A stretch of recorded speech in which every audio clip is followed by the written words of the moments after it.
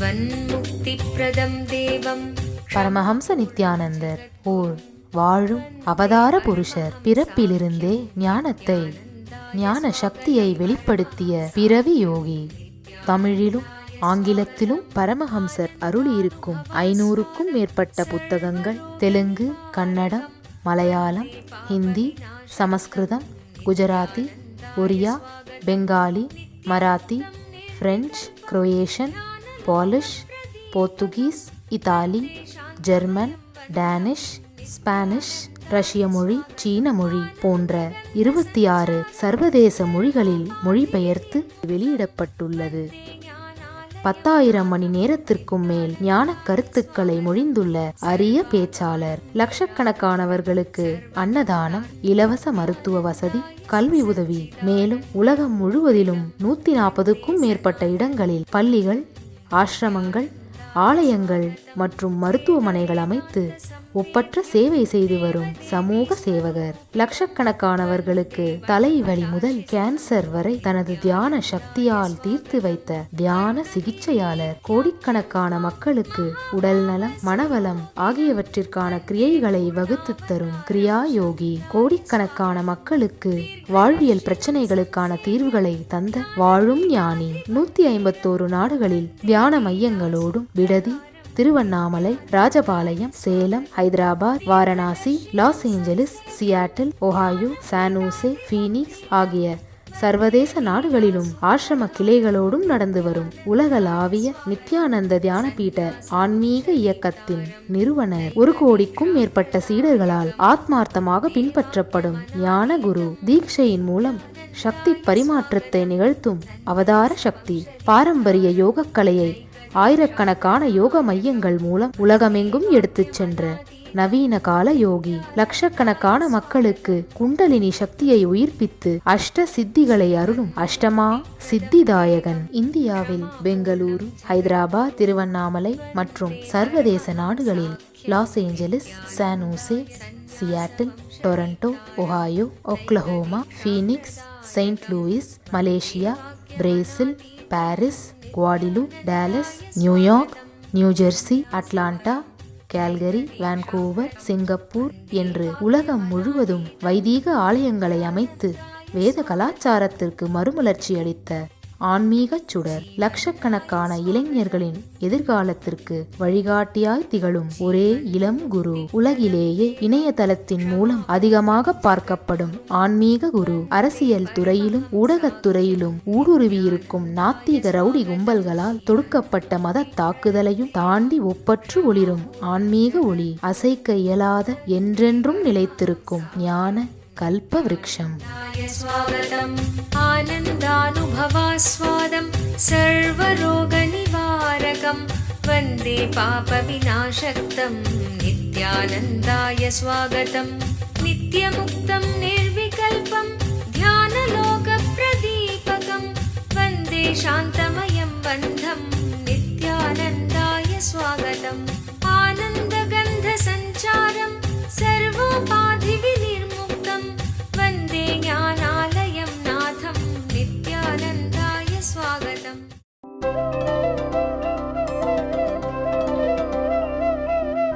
हे यस्य नित्यसन्न्यासी यो न द्वेष्टि न काङ्क्षति निर्द्वन्द्वो हि महाबाहो सुखं बन्धात् प्रमुच्यते.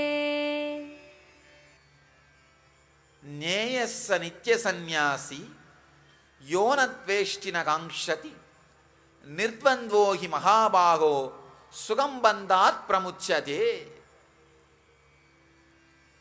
அர்ஜுனா, எவன் எதையும் வெறுப்பதில்லையோ, எதையும் விரும்புவதில்லையோ அந்த கர்மயோகி எப்பொழுதும் சந்நியாசியாக, நித்திய சந்நியாசியாக இருக்கின்றான். அவன் இருமைகள் அற்றவன், பந்தத்திலிருந்து விடுதலை பெறுகிறான். ஆழ்ந்து புரிந்து கொள்ளுங்கள்.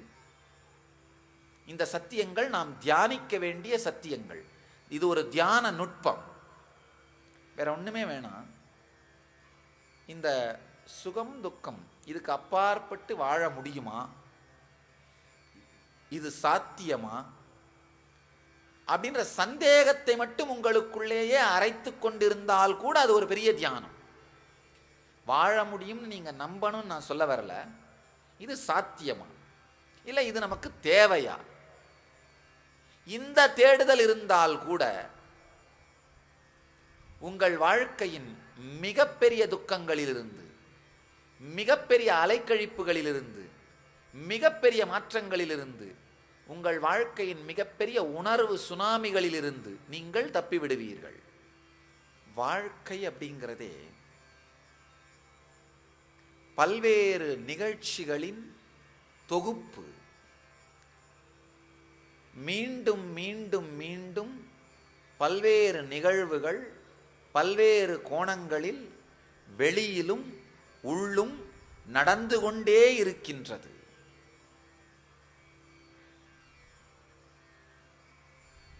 இந்த வெளியிலையும் உள்ளேயும் நடக்கிற விஷயங்களுக்கு நாம எப்படி ரெஸ்பாண்ட் பண்றோமோ அதுதான் நம்ம வாழ்க்கை. ஒரு நபர் 3 மாடி கட்டிடத்திலிருந்து கீழே விழுந்துட்டார். அங்க ஓடி வந்த மற்றவங்கெல்லாம் கேட்டாங்களாம், அப்பா ஐயோ விழுந்தது வலிக்குதான்னு. அவர் சொன்னாராம், விழுந்தது வலிக்கல, தர தடுத்தது தான் வலிச்சது அப்படின்னாராம். மேலிருந்து கீழே விழுந்தது வலிக்கல, தரை தடுத்து நிறுத்திய போதுதான் வலித்ததுன்னாராம். தடுத்து நிறுத்தாம விழுந்துகிட்டே இருந்தா வலிக்காது, தடுத்து நிறுத்துறது தான் வலிக்குது. அதே மாதிரி நம்முடைய வாழ்க்கை நடந்துகிட்டே இருக்கும் பொழுது வாழ்க்கை நடக்கிறது வலிக்கிறது இல்லை, ஆனா அது இப்படித்தான் நடக்கணும்னு நாம ஒரு கருத்தை வச்சுட்டு அந்த வாழ்க்கையை போக்கை தடுக்கிறோமே, அங்கதான் வலிக்கும். அகங்காரம் மமகாரம் நமக்குள்ள 2 உண்டு. அகங்காரம்னா நாம் எப்படி நம்மை உலகத்திற்கு காட்ட வேண்டும் என்று நினைக்கிறோமோ அந்த பர்சனாலிட்டி அகங்காரம். மமகாரம்னா நாம் நம்மை எப்படி நம்புகிறோமோ அது மமகாரம். அதாவது உலகத்துக்கு நம்முடைய பர்சனாலிட்டியை எப்படி காமிக்கணும்னு நம்ம எல்லாருமே பிளான் பண்ணி வைப்போம். அது எப்போவுமே பார்த்தீங்கன்னா இருக்கிறத விட அதிகமாக இருக்கும், இருக்கிறத விட அதிகமாக இருக்கும். அதனால தான் நிறைய மேக்கப் தேவைப்படுது. இருக்கிறத விட அதிகமாகத்தான் அந்த பர்சனாலிட்டி இருக்கும். சில நேரத்தில் உடம்பு மேலே பூசுகிற மேக்கப்பு, சில நேரம் வார்த்தைகளாலே நாம் போட்டுக்கிற மேக்கப், இல்லைன்னா சில நேரத்தில் மற்றவங்கள்ட்ட சொல்லி அவங்க நம்மளுக்கு கொடுக்குற இன்ட்ரடக்ஷன், அந்த மேக்கப். ஆனால் ஏதாவது ஒரு மேக்கப்பால் இருக்கிறத விட ஜாஸ்தியாகவே காமிக்கிறது அகங்காரம். இது வெளி உலகத்துக்கு காமிக்கிறது. உள்ளுலகத்தில் நாம் எப்படி இருக்கிறோமோ அதை விட கம்மியாகவே நம்மளை பற்றி எடை போட்டுக்கிட்டே இருப்போம். அதுதான் மமகாரம். அதனால தான் உள்ளுலகத்தில் ஒரு ஆழமான குற்ற உணர்ச்சி வச்சுட்டு நம்மளை நாமளே டெவலப் பண்ணுறதுக்கு பிளான் பண்ணிக்கிட்டே இருப்போம். நாம் அனுபவிக்கின்ற இருக்கின்ற நிலைக்கு நமக்கே தகுதி இல்லாதது போல எப்பொழுதும் நம்மை உணர்ந்து கொண்டே இருப்பது மமகாரம். ஆழ்ந்து புரிஞ்சுக்கோங்க. 5 நிமிஷத்துக்கு முன்னாடி நாம் எப்படியா இருக்கிறோமோ அதை விட ஜாஸ்தியாக உலகத்துக்கு காமிச்சுக்கிட்ட அதே மனம், அதே அகங்காரம் 5 நிமிஷத்துக்கு முன்னாடி நாம் தனியாக உட்கார்ந்துரும் பொழுது நாம் இருக்கிறத விட நமக்கு தகுதி கம்மி தான் அப்படின்னு சொல்லி மமகாரமாக மாறும். மேல் செல்லும் பொழுது அகங்காரமாகவும் கீழ் செல்லும் பொழுது மமகாரமாகவும் விளையாடிக்கொண்டே இருக்கின்ற இந்த மனம்தான் வாழ்க்கைங்கிற நிகழ்வு நமக்குள்ள நடக்கும் பொழுது தடுக்கின்ற தரை.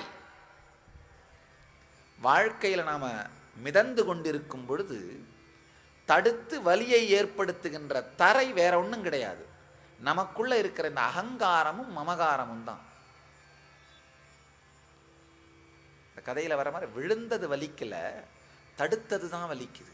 தடுக்கிறதுக்கு எதுவுமே இல்லாமல் விழுந்துக்கிட்டே இருந்தோம்னா அது பறக்கிறது தான், அழகாக மிதந்துக்கிட்டே இருக்கலாம், அது வலிக்காது. அதே மாதிரி நம்ம வாழ்க்கை வலியை கொடுக்காது, வாழ்க்கை ஆனந்தமயமானது. ஆனால் வாழ்க்கை இப்படித்தான் இருக்கணும்னு நாம் வச்சிருக்கிற ஒரு ஃப்ரேம், ஒரு மன அமைப்பு, அதை வச்சு வாழ்க்கையை நாம் தடுக்கும் பொழுது துக்கம் பொங்குகிறது. அந்த தடுக்கும் பொழுது நீங்க நினைக்கிற கோட்டை விட வாழ்க்கை உயரமாக இருந்தால் அதை விருப்பம்னு சொல்றோம்.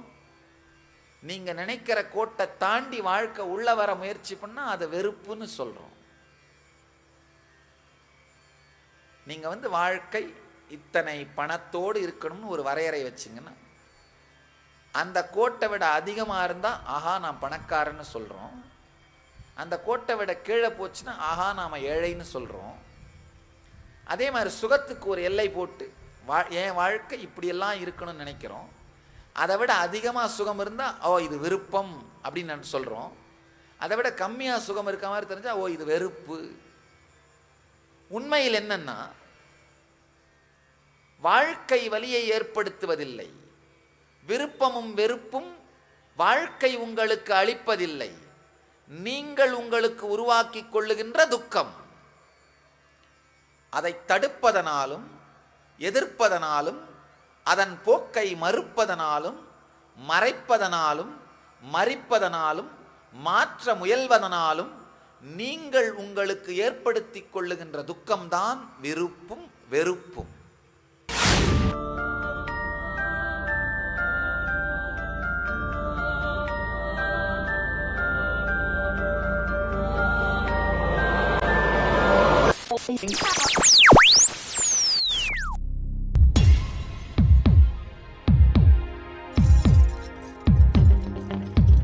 தீராத நோயிலிருந்து விடுபட வேண்டுமா?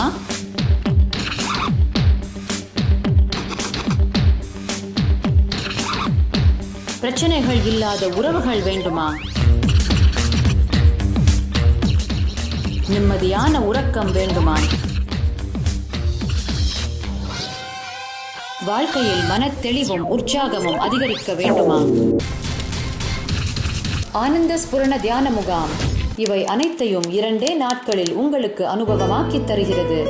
நாம் வாழ்வில் அனுபவிக்கும் பிரச்சனைகளுக்கும் துக்கங்களுக்கும் காரணம் நம் உடலில் உள்ள 7 சக்தி மையங்களில் பதிந்திருக்கும் எதிர்மறை உணர்வுகளும் நாம் உருவாக்கி வைத்திருக்கும் எதிர்மறை மன அமைப்பும் தான். இதை மாற்றுவதற்கான தியான நுட்பங்களும் தியான பயிற்சிகளும் கற்றுத்தரப்படுகிறது. விழித்துக் கொள்ளுங்கள். ஆனந்தம் உங்கள் பிறப்புரிமை. ஆனந்தமயமான வாழ்க்கை உங்களுக்காக காத்து கொண்டிருக்கிறது. வாரந்தோறும் சனி மற்றும் ஞாயிற்றுக்கிழமைகளில் ஆனந்த ஸ்புரண தியான முகாம் நடைபெறுகிறது. நடைபெறும் இடம் நித்யானந்த தியான பீட்டம், கிரிவலப்பாதை, திருவண்ணாமலை. தொலைபேசி எண்கள் 7200003311 7200003322. ஆழமான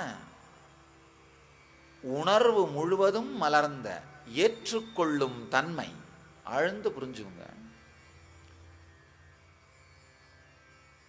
இந்த வெளியில நீங்க காட்டுற அகங்காரம், உள்ள நீங்க வச்சிருக்கிற மமகாரம், இது ரெண்டுத்துக்கு நடுவில் நடக்கிற பெரிய சண்டை தான் வாழ்க்கை.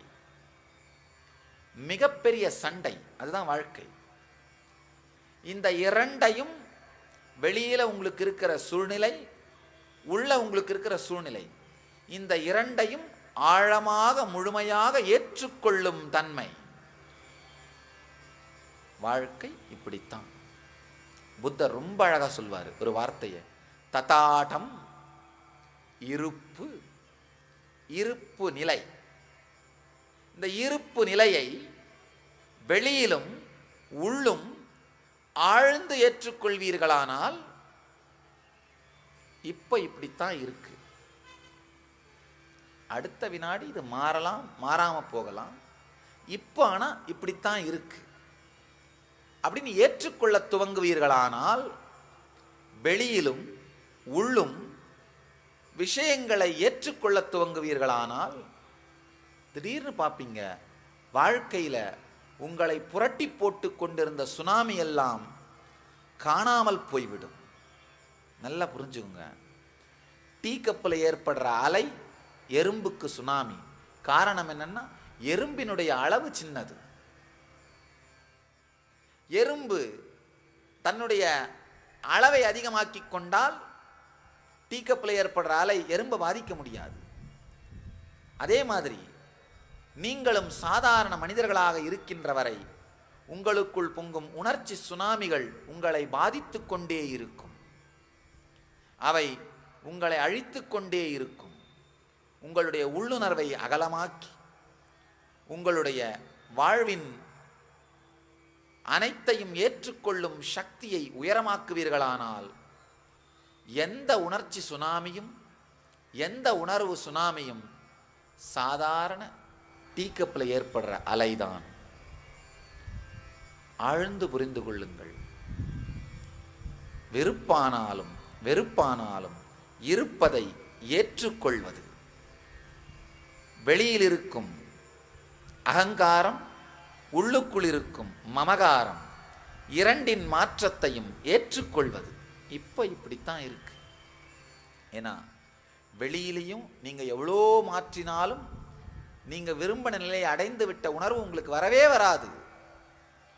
உள்ளுக்குள்ளும் நீங்க எவ்வளவு மாற்றினாலும் நீங்கள் நினைத்ததை அடைந்து விட்ட நிலை, அந்த உணர்வு உங்களுக்குள் மலரவே மலராது. மாறுவதனால் மட்டும்தான் உங்களுக்குள் மாற்றம் மலர முடியுமே தவிர மாற்றுவதனால் உங்களுக்குள் மாற்றம் மலர்வதே இல்லை. நல்லா புரிஞ்சுக்குங்க. வெளியையும் உள்ளையும் மாற்றுவதனால் மாற்றம் வருவதில்லை. இந்த இரண்டிலும் மாற்றமே தேவையில்லை என்று ஏற்றுக்கொள்வதனால் மட்டும்தான் மாற்றம் வருகிறது. மாற்றத்தால் மாற்றம் வருவதில்லை, ஏற்றுக்கொள்வதால் மட்டும்தான் மாற்றம் வருகிறது. இந்த ரெண்டுத்துக்குள்ளேயும் என்ன இருக்கோ அந்த சூழ்நிலையை அப்படியே ஏற்றுக்கொள்வது. ஓ, இப்படித்தான் இருக்கு, சரி, ஆழ்ந்து ஏற்றுக்கொள்ளுங்கள். ஏற்றுக்கொள்ளும் பொழுதே உங்களுடைய வாழ்க்கையில் மிகப்பெரிய துக்கங்களை கொடுத்து கொண்டிருந்த சுகம் துக்கம் என்கின்ற சுனாமி அலைகள் காணாமல் போய்விடுகிறது. சுனாமி அலைகள் காணாமல் போனாலே உங்களுடைய நிகழ்வுகள் தானாக மாறிவிடும். உங்கள் வாழ்க்கையில் நடக்கிற செயல்களும் நிகழ்வுகளும் கர்ம நிலைகளும் வாழ்க்கை நிலைகளும் தானாகவே மாறிவிடும். தானாகவே அதன் போக்கு வேறொரு உயர்ந்த போக்கை நோக்கி சென்றுவிடும். சில பேர் என்கிட்ட வந்து கேட்கறது உண்டு, சாமி என்னால் என்னை கம்ப்ளீட்டாக ஏற்றுக்க முடியலையே, என்ன பண்ணுறது சாமி? நான் சொல்கிறது உண்டு, அட்லீஸ்ட் ஏற்றுக்க முடியல, உங்களை அக்செப்ட் பண்ணிக்க முடியலன்றதையாவது அக்செப்ட் பண்ணிக்கோங்க. அதுவே அக்செப்டன்ஸ் தான். என்னை முழுமையாக என்னால் அக்செப்ட் பண்ணிக்க முடியல அப்படிங்கிறதையாவது அக்செப்ட் பண்ணிக்கிட்டீங்கன்னா அதுவே அக்செப்டன்ஸ் தான். அதனால இருப்பதை போலவே ஏற்றுக்கொள்ளுதல், ததாடம். அப்ப நம்ம நினைக்கலாம், அப்படியே ஏத்துக்கிட்டா நான் சோம்பேறி ஆயிட மாட்டேனா சாமி? இல்லை, இருப்பதை போலவே ஆழ்ந்து ஏற்றுக்கொண்டீர்களானால் சோம்பேறியா மாற மாட்டீங்க. சுறுசுறுப்போடும் தெளிவோடும் இயங்குவதற்கான சக்தி உங்களுக்குள் மலரும். முழுமைத்தன்மை உங்களுக்குள் மலரும். யார் முழுமையாக இதை ஏற்றுக்கொள்கிறானோ அவன் விருப்பு வெறுப்பு எனும் இரட்டைகளாலே பாதிக்கப்படாமல், விருப்பு வெறுப்பு எனும் மாற்றங்களாலே துக்கத்தை அடையாமல் மிக உயர்ந்த சாந்தமான நிலையிலே நிலை பெறுகிறான். அவன்தான் நித்திய சந்நியாசி.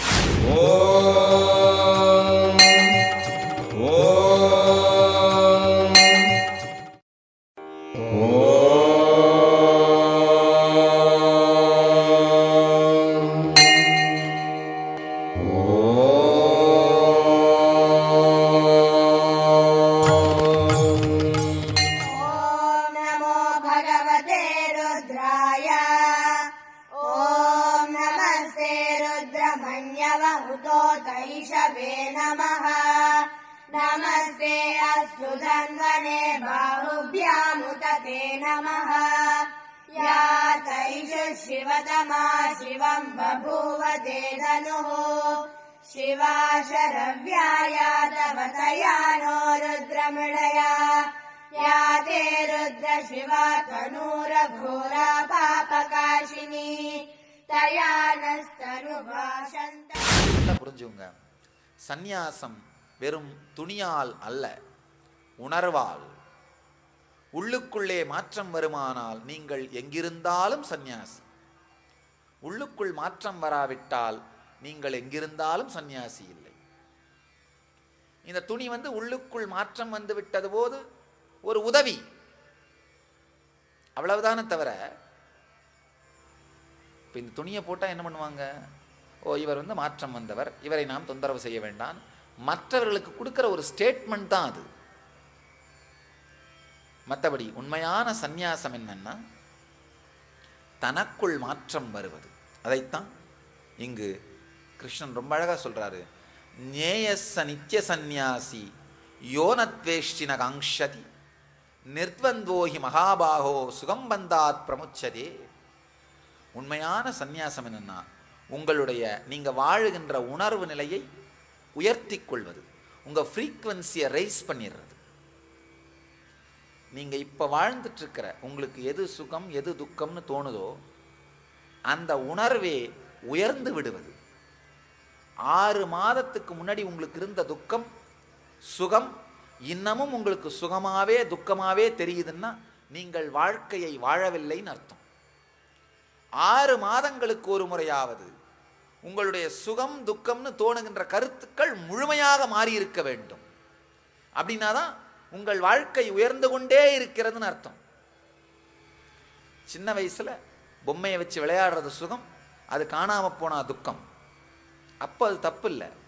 ஆனா 50 வயசான அப்புறமும் அதுவே உங்களுடைய சுகமாகவும் துக்கமாகவும் இருந்துட்டு இருந்தா உங்களுடைய வாழ்க்கை மலரவே இல்லைன்னு அர்த்தம், உங்களுடைய வாழ்க்கை உயரவே இல்லைன்னு அர்த்தம். ஆழமா புரிஞ்சுக்கோங்க. அப்போ 6 மாதங்களுக்கு ஒரு முறையாவது 6 மாதங்களுக்குள்ளாவது உங்களுக்கு 6 மாதங்களுக்கு முன்பாக சுகமாகவும் துக்கமாகவும் தெரிந்த விஷயங்கள் இப்பொழுது அது மாதிரி தெரியாம அதை தாண்டியவர்களாக நீங்கள் மாறியிருக்க வேண்டும். இது நடந்து கொண்டே இருக்குமானால் நீங்கள் நித்திய சந்நியாசி. தினந்தோறும் உங்களுடைய சுகத்தையும் துக்கத்தையும் பற்றிய கருத்துக்கள் உயர்ந்து கொண்டே செல்லுமானால் நீங்கள் ஞானி. ஒவ்வொரு வினாடியும் அந்த கருத்து உயர்ந்து கொண்டே செல்லுமானால் நீங்கள் அவதார புருஷன். வாழும் ஞானி பரமஹம்ச நித்யானந்தர் வழங்கும் கல்பத்தரு முழுநாள் தியான அனுபவ முகாம். கல்பத்தருவில் நீங்கள் பெறும் உடல் நலம், வாழும் ஞானியிடம் நீங்கள் பெறும் தீட்சை உங்களின் உடலிற்கும் மனதிற்கும் சக்தியளித்து குணமளிக்கின்றது. தொடர்ந்து பெறும் தீட்சைகளால் ஒரு மனிதருக்குள் 1300% வரை சக்தி அதிகரிக்க முடியும். இது உடல் நலத்தை நேரடியாக அதிகரிக்கின்றது. தொடர்ந்து 21 நாட்கள் எடுத்துக்கொள்ளும் தீட்சை மேற்சொன்ன சக்தி மாற்றங்களை உங்களுக்குள் நிலையான அனுபவமாக மாற்றுகின்றது. பக்தர் வேண்டும் வரம் கூடும் நேரம் நித்யானந்தன் தரும் கல்ப. மேலும் விவரங்களுக்கு நித்யானந்த தியான பீடம், கிரிவலப்பாதை, திருவண்ணாமலை.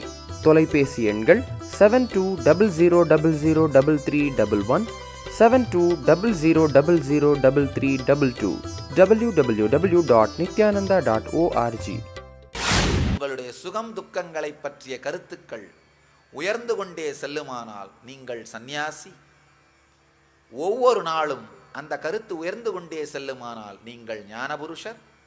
ஒவ்வொரு வினாடியும் அந்த கருத்து உயர்ந்து கொண்டே செல்லுமானால் நீங்கள் அவதார புருஷர். சின்ன வயசுலேருந்து இப்போ வரைக்கும் நமக்கு சுகம் துக்கம்னு தெரிஞ்ச அந்த உணர்வுகள் மாறவே இல்லைன்னா நாம் மன வளர்ச்சி குன்றிய மனிதர்கள். நல்லா புரிஞ்சுக்குங்க. படிப்பினால் மட்டுமோ அல்லது பொருட்களை உபயோகப்படுத்த தெரிந்து கொள்வதால் மட்டுமே நாம் மன வளர்ச்சி உடைய மனிதர்களாக மாறிவிடுவதில்லை, வளர்ந்த மனிதர்களாக மாறிவிடுவதில்லை. நல்லா தெரிஞ்சுக்குங்க. உணர்வுகளை பற்றி தெரிந்து கொள்வதனால் மட்டும்தான் மன வளர்ச்சியுடைய மனிதர்களாக மாறுகிறோம். நமக்குள்ள mechanical parts of the brain, நான் mechanical parts of the brain 2 இருக்கு. Mechanical parts of the brain உடம்பு வளர்றதாலேயே வளரும். அதனாலேயே சில விஷயத்தை தெரிஞ்சுப்போம். நெருப்பு சொட்டா சுடும், குளிரில் துணி இல்லாமல் போகக்கூடாது. இந்த சாதாரண விஷயங்களெல்லாம் வளர்வாலேயே தெரிந்து கொள்வோம். இந்த விஷயங்களை தெரிந்து கொள்வதால் மட்டுமே ஒரு வளர்ந்த மனிதராக நீங்கள் மாறிவிட முடியாது. உங்களுடைய சுகம் துக்கம் பற்றி நீங்கள் வைத்திருக்கும் கருத்து, உங்களை பற்றி நீங்கள் வைத்திருக்கும் கருத்து, இந்த உலகத்தை பற்றி நீங்கள் வைத்திருக்கும் கருத்து இவைகளெல்லாமும் உயர்ந்து கொண்டே சென்றால் மட்டும்தான் நீங்கள் வளருகின்ற மனிதர். அந்த கருத்துக்கள் மாறாமல் இருக்குமானால், அது உயராமல் இருக்குமானால் நீங்கள் வாழவும் இல்லை, வளரவும் இல்லை, மன வளர்ச்சி குன்றிய மனிதர்கள். அதனால் நாம் எல்லாரும் ஒரு வினாடி திரும்பி பார்ப்போம். நாம் மன வளர்ச்சி அடைந்த மனிதரா அல்லது உடல் மட்டும் வளர்ந்து மன வளர்ச்சி அடையாத மனிதரா? வெறும் mechanical parts of the brain மட்டும் வளர்ந்துருக்கும், நான் mechanical parts of the brain வளராமல் போயிருக்கும். நான் mechanical parts of the brain வளரலனாலே நாம் உடல் வளர்ந்தாலும் மனம் வளராத மனிதர்களாகத்தான் இருக்கின்றோம். உடலும் வளர்ந்து மனமும் வளர்ந்த மனிதர்கள்தான் ஞானிகள். எப்படி வாழ்க்கையில் பொருளை சம்பாதிக்க வேண்டுமென்றால் சில ஆண்டுகள் கொஞ்சம் கஷ்டப்பட்டு மூளையை கசக்கி இன்ஜினியரிங்கோ இல்லை டாக்டராவோ லாயராவோ படித்து பொருளை சம்பாதிக்க வேண்டுமோ, அந்த மாதிரி வாழ்க்கையை ஆனந்தமாக வாழ வேண்டுமென்றால் கொஞ்சம் யோசித்து சிந்திச்சு சரியான மன அமைப்புக்குரிய சத்தியங்களை கற்றுக்கொண்டு மன அமைப்பை அமைத்து கொண்டு அருளை சம்பாதிக்க வேண்டும். உங்கள் எல்லோரையும் நித்யானந்தத்தில் நிறைந்து, நித்யானந்தத்தில் மலர்ந்து, நித்யானந்தத்தில் கரைந்து, நித்யானந்தமாகிட ஆசீர்வதிக்கின்றேன். நன்றி. ஆனந்தமாக இருங்கள். நித்யானந்த தியானபீடம், நித்யானந்தபுரி ஆஃப் மைசூர் ரோடு, விடுதி, பெங்களூர். 9742203311 08027202084.